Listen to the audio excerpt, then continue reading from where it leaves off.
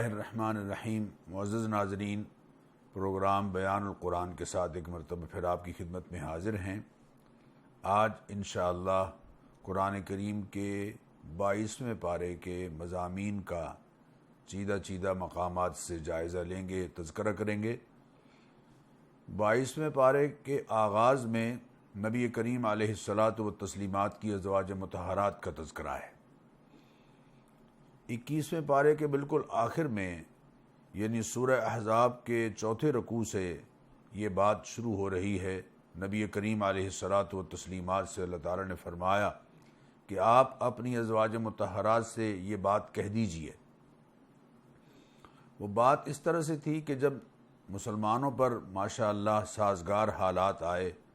تو ازواج مطہرات نے اس بات کی خواہش کا اظہار کیا کہ ہمیں بھی گھریلو اخراجات میں کچھ فراوانی میسر آنی چاہیے تاکہ ہم پرسکون ایک طرح سے زندگی گزار پائیں۔ آپ صلی اللہ تعالی علیہ وسلم نے ان سے فرمایا کہ دیکھیے، آپ صلی اللہ علیہ وسلم کا جو فقر ہے وہ اختیاری تھا۔ آپ کے ہاں جو کچھ بھی آتا آپ صلی اللہ علیہ وسلم اسے رات پڑھنے سے پہلے تقسیم کر دیا کرتے تھے۔ تو ازواج مطہرات سے فرمایا کہ اگر تم دنیاوی زندگی چاہتی ہو تو پھر مجھے بتاؤ، لیکن اگر تم نے میرے ساتھ رہنا ہے اور یہ شرف جو اللہ تعالیٰ نے تمہیں عطا فرمایا ہے میری زوجیت کا اور امہات المؤمنین ہونے کا، تو پھر بہرحال تمہیں قربانی کرنی پڑے گی۔ چنانچہ آپ صلی اللہ تعالی علیہ وسلم کچھ عرصے کے لیے ازواج مطہرات سے الگ ایک بالا خانے میں چلے گئے۔ سب لوگ پریشان ہوئے، خصوصاً سیدنا صدیق اکبر رضی اللہ تعالی عنہ اور سیدنا عمر رضی اللہ تعالی عنہ، جو آپ صلی اللہ علیہ وسلم کے ایک طرح سے یوں کہہ لیجئے کہ سسر بھی تھے، کہ دونوں کی بیٹیاں آپ صلی اللہ علیہ وسلم کے حبال عقد میں تھیں، ازواج مطہرات میں سے تھیں۔ تو انہوں نے جب خاصی پریشانی کا اظہار کیا تو یہ آیات قرآنیہ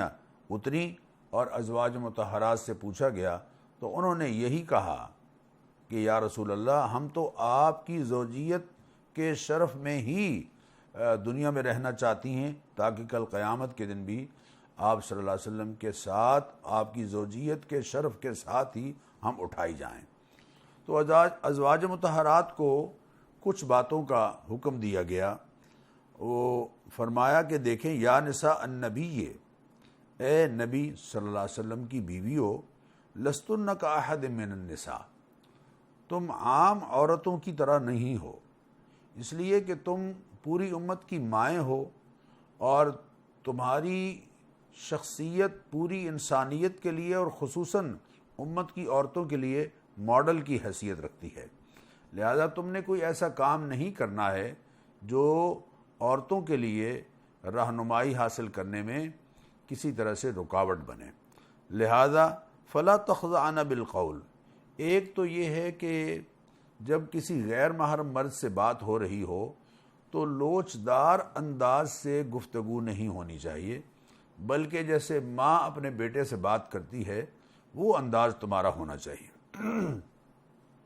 امت کی تمام خواتین سے بھی یہ کہا جا رہا ہے کہ وَقُلْنَ قَوْلًا مَعْرُوفًا، صاف سیدھی طریقے سے بات کرو۔ اللہ تعالیٰ نے خاتون یا ہر عورت کی آواز میں ایک نرمی رکھی ہے، اور بعض دفعہ ایسا ہوتا ہے کہ وہ نرم لہجہ کسی ایسے فرد کے لیے کہ جس کے دل میں خدا نخواستہ بدتینتی کا مزاج ہے، وہ کوئی اس کا اور مفہوم نہ لے لے، اس لیے ذرا لوچدار انداز سے بات کرنے کی بجائے کھرے الفاظ کے ساتھ بات اختصار کے ساتھ کی جائے۔ پھر فرمایا وَقَرْنَ فِي بُيُوتِكُنَّ، تمہیں گھروں میں رہنا چاہیے، اس لیے کہ گھر کی جو حکومت ہے اس کی نگرانی اور گھر میں جو اولاد ہے اس کی تربیت کا فرض اللہ تعالیٰ نے تمہیں سونپا ہے، یہ ذمہ داری اللہ تعالیٰ نے تمہیں سونپی ہے۔ وَلَا تَبَرَّجْنَ تَبَرُّجَ الْجَاهِلِيَّةِ الْأُولَى، اور اب گھر میں زینت اختیار کرنے میں کوئی حرج نہیں، یقینی بات ہے اپنے شوہر کے لیے، خود اپنی ذات کے لیے بن ٹھن کر گھر میں رہنا، اس میں کوئی حرج نہیں، لیکن اپنی جو زینت ہے اس کو باہر نکل کر لوگوں کے سامنے جاہلیت کے دور میں جو ہوتا تھا، یہ انداز عورتوں کا ہوتا تھا، اس انداز کو اختیار کرتے ہوئے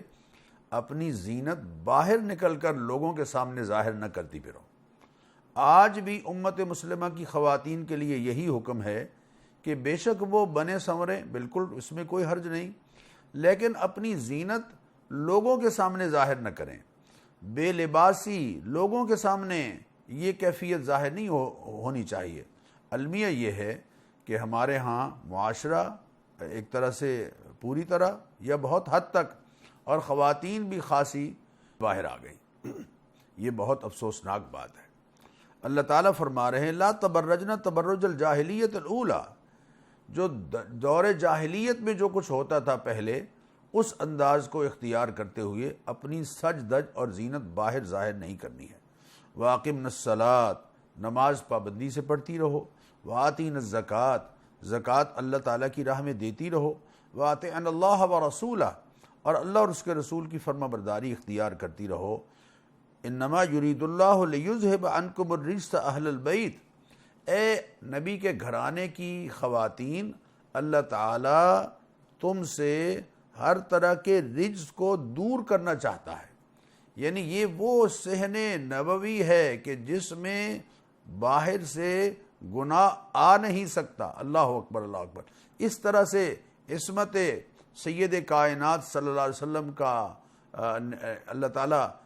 نگہبانی اور حفاظت فرما رہے ہیں اور دفاع فرما رہے ہیں۔ اس کے بعد معزز ناظرین، اللہ تعالیٰ نے اہل ایمان کی صفات کا ذکر فرمایا ہے، اور یہ ایک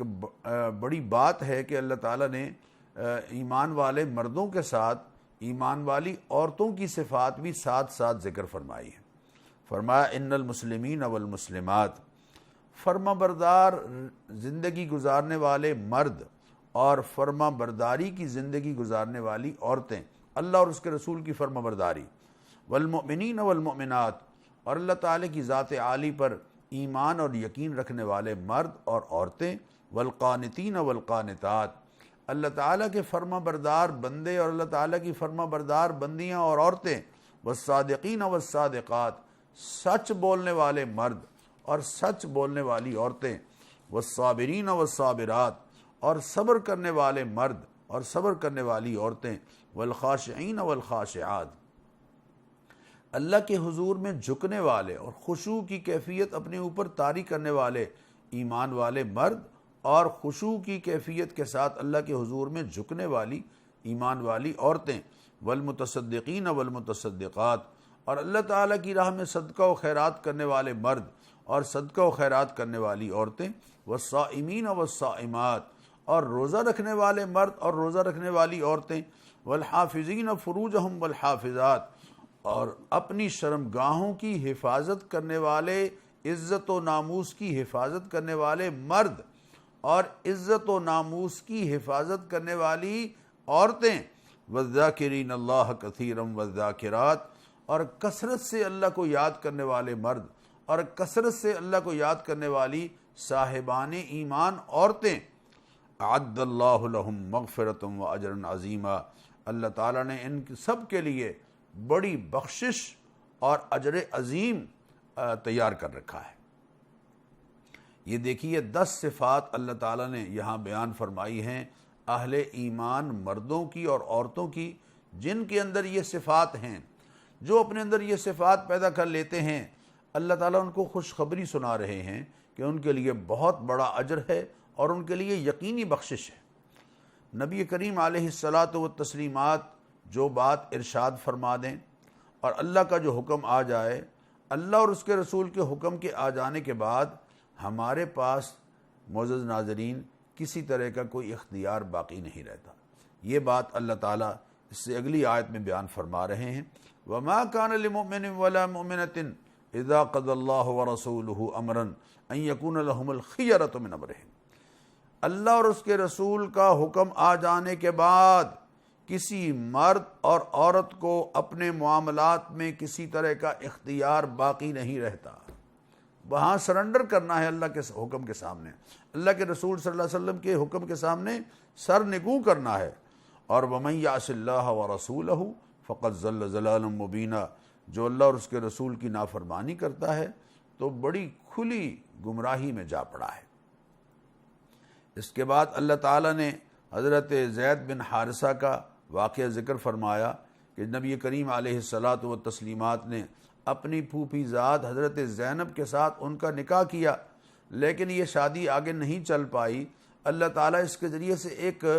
رسم کو توڑنا چاہتے تھے جو عرب میں موجود تھی، کہ لے پالک بیٹے کو حقیقی بیٹا سمجھا جاتا تھا اور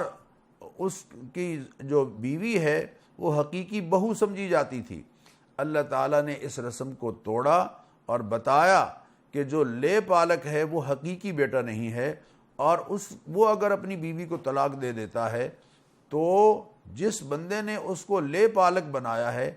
اس خاتون کا نکاح عدت کے بعد ان سے ہو سکتا ہے۔ اللہ تعالیٰ نے یہ رسم جو عربوں میں موجود تھی اس کو توڑا، اور نبی کریم علیہ الصلاۃ والتسلیمات کے سوا اگر کوئی اور اس رسم کو توڑتا تو عرب اس کو قبول نہ کرتے، اس لیے اللہ تعالیٰ نے یہ کام خود نبی کریم علیہ الصلاۃ والتسلیمات سے لیا ہے۔ اس کے بعد اللہ تعالیٰ نے دوسرے رکوع کے بالکل آخر میں عقیدہ ختم نبوت کا تذکرہ فرمایا۔ معزز ناظرین، عقیدہ ختم نبوت ہمارا ایمان ہے، ہمارے ایمان کی اساس ہے، اور عقیدہ ختم نبوت یہ ہے کہ نبی کریم علیہ الصلاۃ والتسلیمات کی ذات کریمہ پر سلسلہ نبوت و رسالت مکمل ہو چکا ہے، ختم ہو چکا ہے۔ آپ کے بعد کسی بھی نوعیت کا، کسی بھی نام کے ساتھ، کسی بھی انداز کے ساتھ، نہ ذلی نہ بروزی یا کسی بھی حوالے سے کوئی فرد اگر نبوت کا دعویٰ کرتا ہے تو وہ یقیناً جھوٹا ہے۔ آپ صلی اللہ علیہ وسلم نے خود فرمایا میرے بعد کئی جھوٹے آئیں گے، کلہم یزعم انہ نبی اللہ، ان میں سے ہر ایک یہ کہے گا کہ وہ اللہ کا نبی ہے۔ خبردار، میں خاتم النبیین ہوں، لا نبی بعدی، میرے بعد کوئی نبی بحیثیت نبی اور رسول کے منصب نبوت و رسالت پر فائز ہو کر نہیں آئے گا۔ ما کان محمد ابا احد من رجالکم، تم میں سے کسی مرد کے آپ صلی اللہ علیہ وسلم باپ نہیں ہیں، آپ کے بیٹے جو ہیں وہ بالکل کم عمری میں ہی سارے انتقال کر گئے۔ وَلَٰكِن رسول اللہ وخاتم النبیین، وہ اللہ کے رسول ہیں اور سلسلہ نبوت کی تکمیل کرنے والے ہیں۔ آپ پر آ کر سلسلہ نبوت مکمل ہو گیا ہے، اب آپ کے بعد کوئی نبی اور رسول بحیثیت نبی اور رسول نہیں آئے گا۔ تیسرے رکوع کا آغاز اللہ تعالیٰ کے ذکر کی تلقین سے ہو رہا ہے، اور معزز ناظرین یہ واحد چیز ہے اور یہ واحد بات ہے کہ جس کو اللہ نے کثرت کے ساتھ کرنے کا حکم دیا ہے۔ نماز، روزہ، حج، زکوٰۃ، ان کے ساتھ کثرت کا لفظ نہیں آیا، لیکن یہاں فرمایا، اور یہاں بھی فرمایا اور مقامات بھی فرمایا، یا ایھا الذین آمنوا اذکروا اللہ ذکرا کثیرا، اے ایمان والو کثرت کے ساتھ اللہ تعالیٰ کا ذکر کرو، وسبحوہ بکرۃ واصیلا، اور صبح و شام اس کی تسبیح کرتے رہا کرو۔ صبح و شام سے مراد یہ نہیں ہے کہ صبح کریں اور شام کریں، بلکہ مسلسل کرتے رہیں۔ هو الذی یصلی علیکم وملائکتہ لیخرجکم من الظلمات الی النور، اللہ تعالیٰ بڑا کرم نواز ہے کہ وہ رحمت کرتا ہے تم پر، اور اس کے فرشتے بھی تمہارے لیے دعائے رحمت کرتے رہتے ہیں۔ یہ ایمان والوں کی شان ہے جو اللہ تعالیٰ بیان فرما رہے ہیں۔ اور پھر نبی کریم علیہ الصلاۃ والتسلیمات کے چند ایسے اوصاف گویا نعت سید کائنات صلی اللہ علیہ وسلم بیان کی جا رہی ہے۔ یا ایھا النبی، اے نبی صلی اللہ علیہ وسلم، انا ارسلناک شاہداً، ہم نے آپ کو گواہ بنا کے بھیجا ہے، ومبشراً، بشارت دینے والا، ونذیراً، ڈر سنانے والا، وداعیاً الی اللہ باذنہ، اللہ کی اجازت سے اللہ کی طرف بلانے والا، وسراجا منیرا، اور روشن چراغ، سراج منیر بنا کر بھیجا ہے۔ ایسا روشن چراغ کہ جس کی روشنی سے ساری کائنات کی ظلمتیں مٹ گئیں اور ایمان کا نور اس چراغ کے ذریعے سے پھیلا۔ وبشر المؤمنین، اور ایمان والوں کو خوشخبری سنا دیجیے، بأن لہم من اللہ فضلا کبیرا، کہ اللہ تعالیٰ کی طرف سے ان پر بہت بڑا کرم اور فضل ہے کہ ان کو ایمان نصیب کیا ہے اور ان کو حبیب سید کائنات صلی اللہ علیہ وسلم اللہ نے بحیثیت نبی اور رسول کے نصیب فرمائے ہیں۔ وَلَا تُطِعِ الْكَافِرِينَ وَالْمُنَافِقِينَ، کافروں اور منافقوں کا کہنا مت مانو، وَدَعْ أَذَاهُمْ، اور ان کے ستانے کی پرواہ نہ کرو، وَتَوَكَّلْ عَلَى اللَّهِ، اللہ پر بھروسہ کرو۔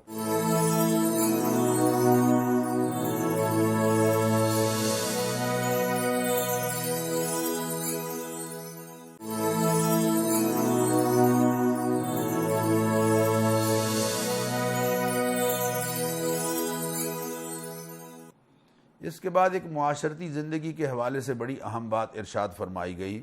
کہ اگر کسی خاتون کے ساتھ نکاح ہو اور رخصتی سے پہلے طلاق ہو جائے تو فما لکم علیہن من عدت تعتدونہا، ایسی خاتون کی کوئی عدت نہیں ہے، چونکہ وہ اپنے شوہر کے ہاں نہیں گئی اور خلوت صحیحہ دونوں کو میسر نہیں آئی، اس لیے ایسی خاتون جو نکاح تو ہوا لیکن رخصتی سے پہلے طلاق ہو گئی اور خلوت صحیحہ دونوں کو میسر نہیں آئی، اس عورت کی کوئی عدت نہیں ہے، چونکہ اس کا رحم، اس میں کسی طرح کی کوئی امانت نہیں ہے کہ جس کے لیے عدت کے ایام میں اس کی وضاحت اس سے لی جائے۔ اس سے اگلی آیات میں معزز ناظرین نبی کریم علیہ الصلاۃ والتسلیمات کو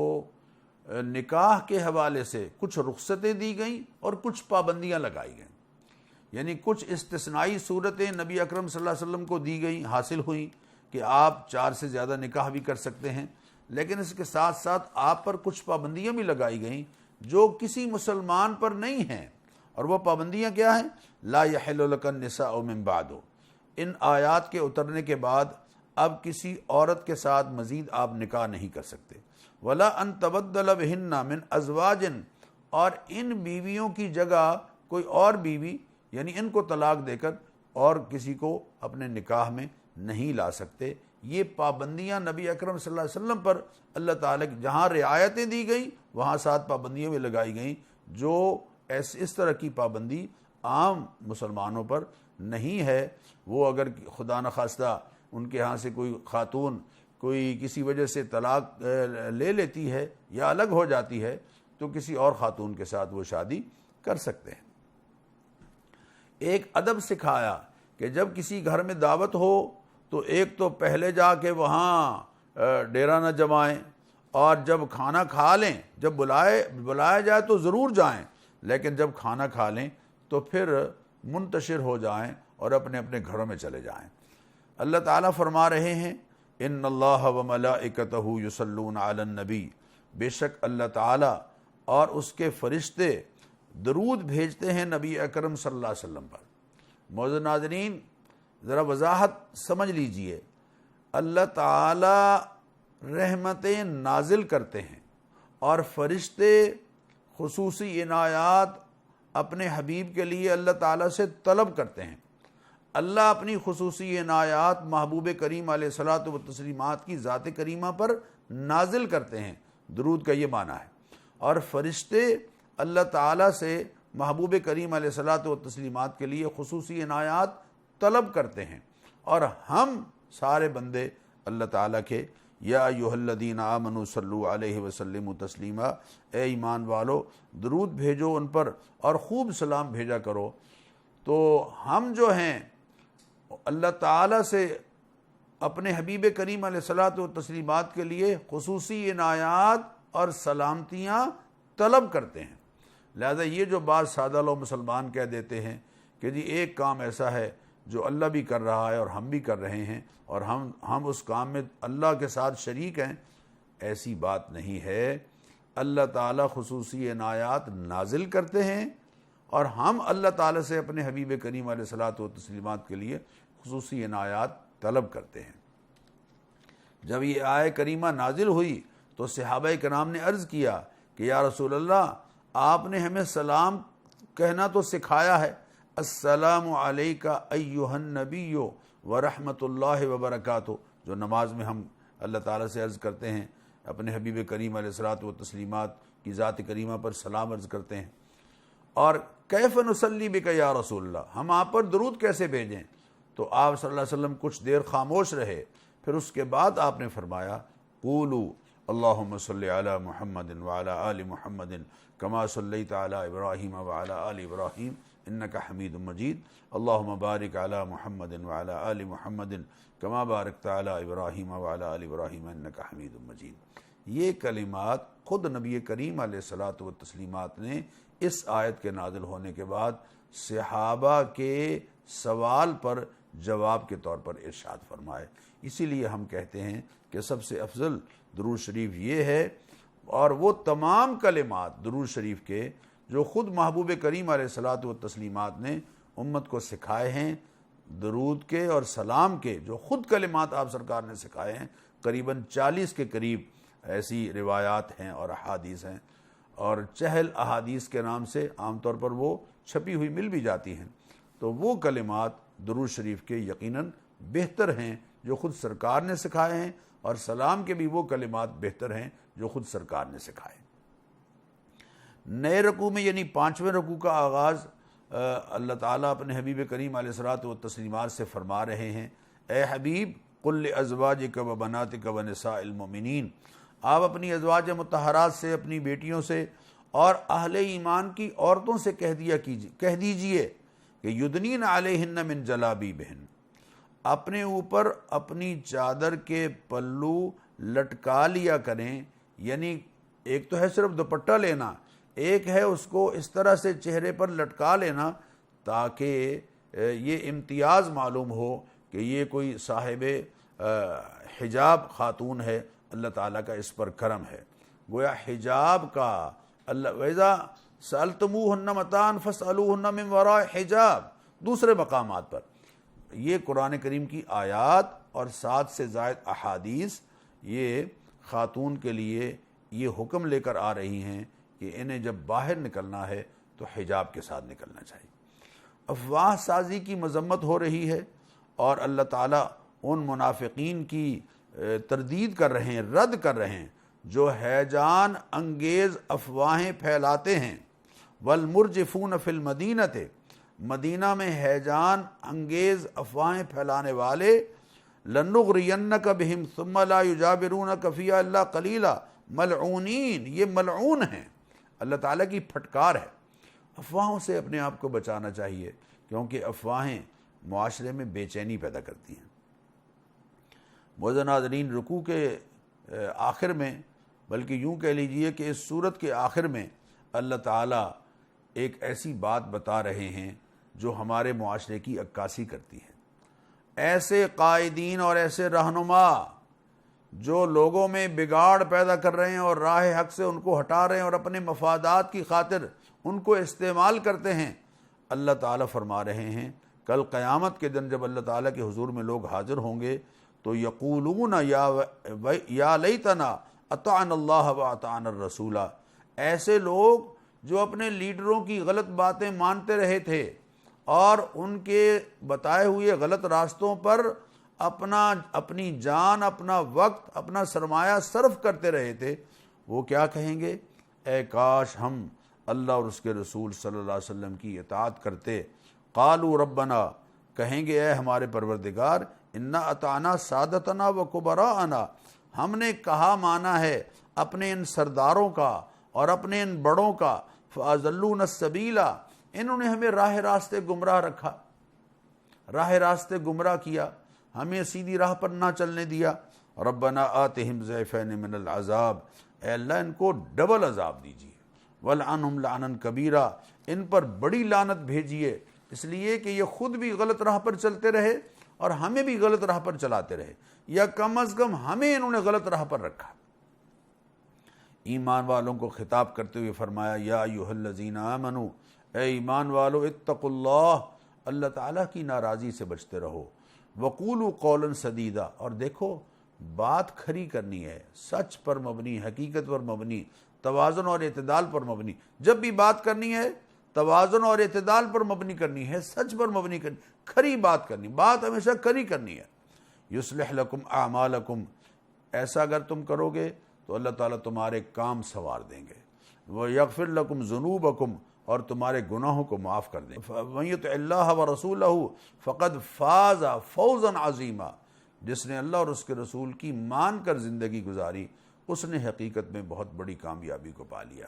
معزز ناظرین، دنیا میں وہ کامیاب ہے جو اللہ اور اس کے رسول کی مان کر زندگی گزار رہا ہے، اور آخرت میں وہ کامیاب ہے کہ جس کو اللہ تعالی جنت عطا فرمائیں گے۔ سورہ سبا کا آغاز ہو رہا ہے۔ اس کے بالکل آغاز میں اللہ تعالیٰ قیامت کے بارے میں فرما رہے ہیں کہ جو لوگ یہ کہتے ہیں کہ قیامت نہیں آئے گی، قل بلا وربی لتأتینکم،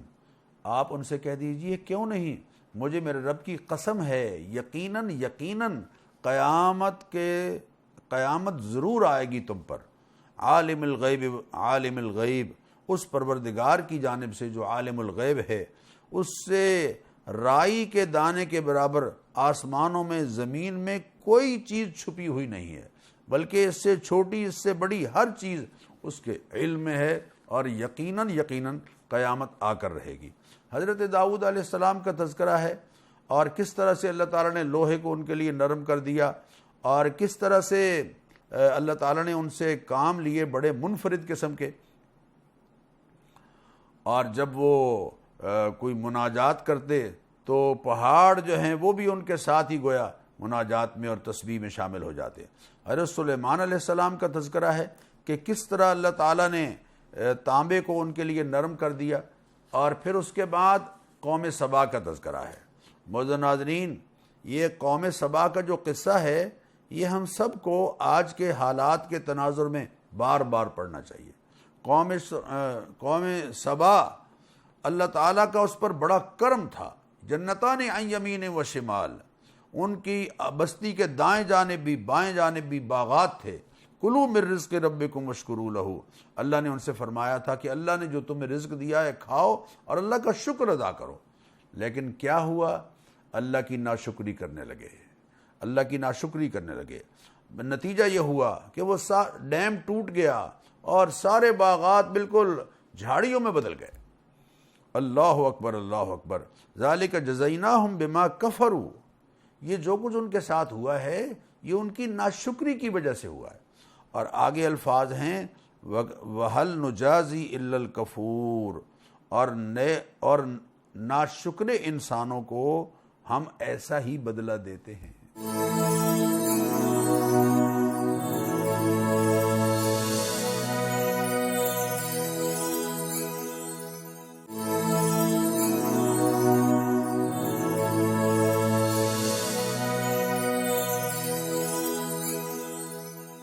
ناشکر انسان، نا قدرے، اللہ کی ناشکری سے بچنا ہے۔ حضرت داؤد علیہ السلام کی آل سے کہا گیا تھا اعملوا آل داؤد شکرا، اے آل داؤد تم بھی شکر ادا کرنے والے بنو، وقلیل من عبادی الشکور، اور میرے بندوں میں سے کم ہیں جو میرا شکر ادا کرتے ہیں۔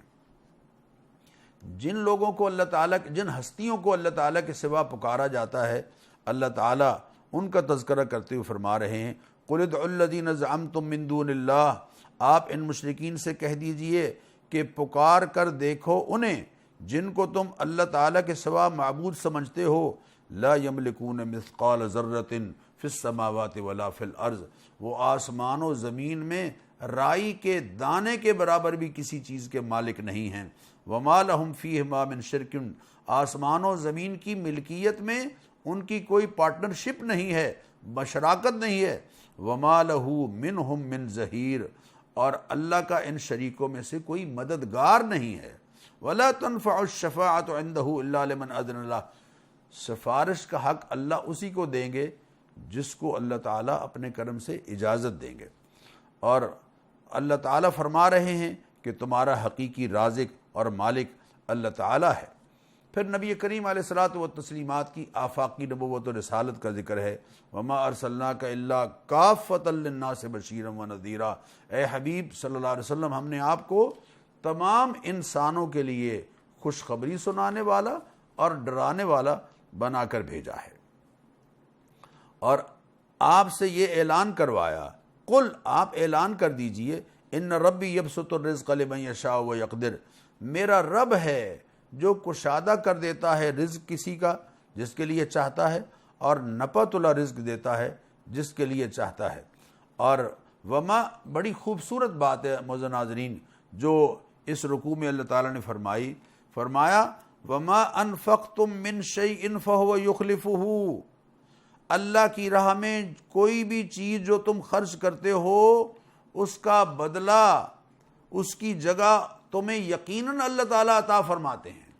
گویا اللہ کی راہ میں جو خیرات کی جاتی ہے اور صدقہ کیا جاتا ہے اس کا صلہ اللہ تعالیٰ نقد دنیا میں بھی عطا فرما دیتے ہیں، اور آخرت میں تو یقینی بات عطا فرمائیں گے۔ نیا رکوع کا آغاز اس بات سے ہو رہا ہے کہ نبی کریم علیہ الصلاۃ والتسلیمات پر اللہ کا کرم ہے اور فضل ہے کہ یہ اللہ تعالیٰ کی وحی کی روشنی میں بات کرتے ہیں۔ نعوذ باللہ جو کفار ان کے بارے میں کہتے ہیں کہ ان پر جنون ہے، یہ بات ان کی غلط ہے۔ سورہ فاطر کے بالکل آغاز میں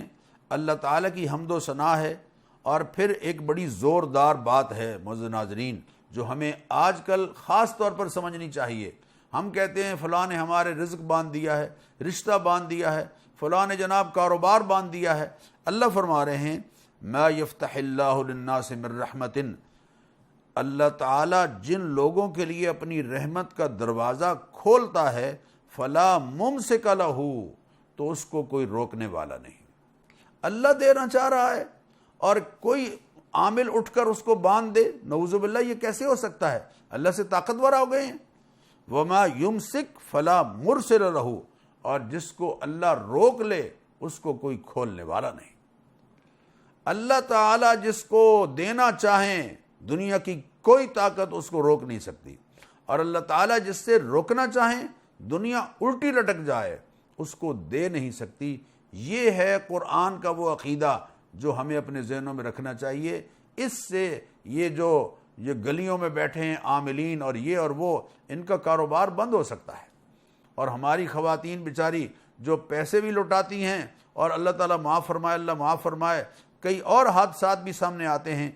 ان سے یقیناً محفوظ ہو سکتی ہیں۔ یا ایھا الناس، اے لوگو، اذکروا نعمت اللہ، اللہ تعالیٰ کی نعمتوں کو یاد کرو۔ هل من خالق غیر اللہ، اللہ تعالیٰ کے سوا کوئی اور ہے؟ یرزقکم من السماء والارض، جو تمہیں رزق دیتا ہے آسمانوں سے اور زمین سے۔ لا الہ الا ہو، اس کے سوا کوئی نہیں ہے۔ فانا تؤفکون،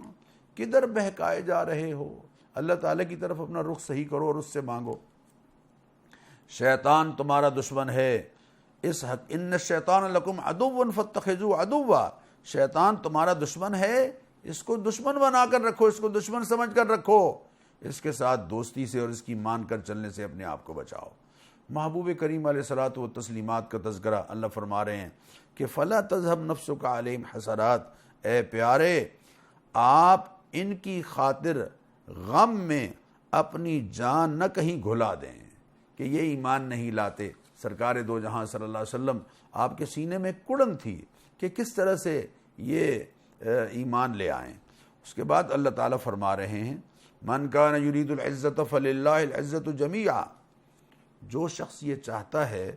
کہ اس کی عزت ہو جائے تو اس کو سمجھنا چاہیے کہ عزت کا سرچشمہ اللہ تعالیٰ ہے، عزت ساری کی ساری اللہ تعالیٰ کے لیے ہے، اور اللہ سے عزت مانگیں گے تو تمہیں عزت نصیب ہوگی۔ الیہ یصعد الکلم الطیب والعمل الصالح یرفعہ، جو نیک اعمال اور پاکیزہ کلمات ہیں وہ اللہ تعالیٰ کی طرف بلند ہوتے ہیں اور اللہ تعالیٰ کے حضور میں وہ قدر و منزلت پاتے ہیں۔ اللہ تعالیٰ پھر ارشاد فرما رہے ہیں کہ ذالکم اللہ ربکم لہ الملک، یہ اللہ ہے تمہارا جس کی بادشاہی ہے، والذین تدعون من دونہ، جن کو تم اللہ کے سوا پکارتے ہو، ما یملکون من قطمیر،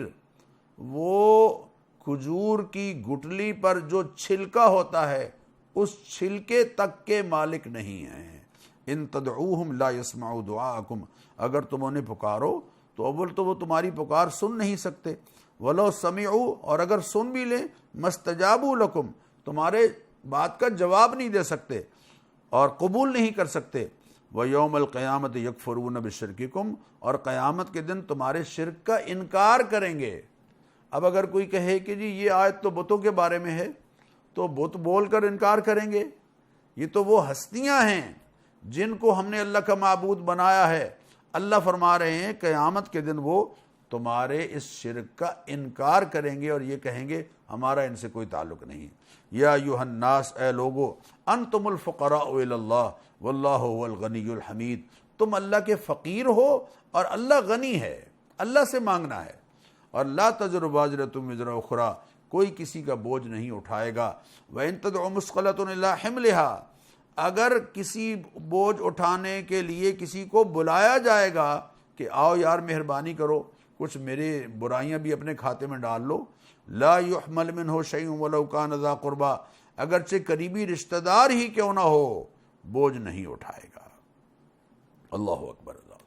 قرآن کریم کی تلاوت کرنے والوں کا تذکرہ ہو رہا ہے۔ ان الذین یتلون کتاب اللہ، جو اللہ تعالیٰ کی کتاب کی تلاوت کرتے ہیں، واقاموا الصلاۃ، اور قرآن کریم کی تعلیمات پر عمل کرتے ہوئے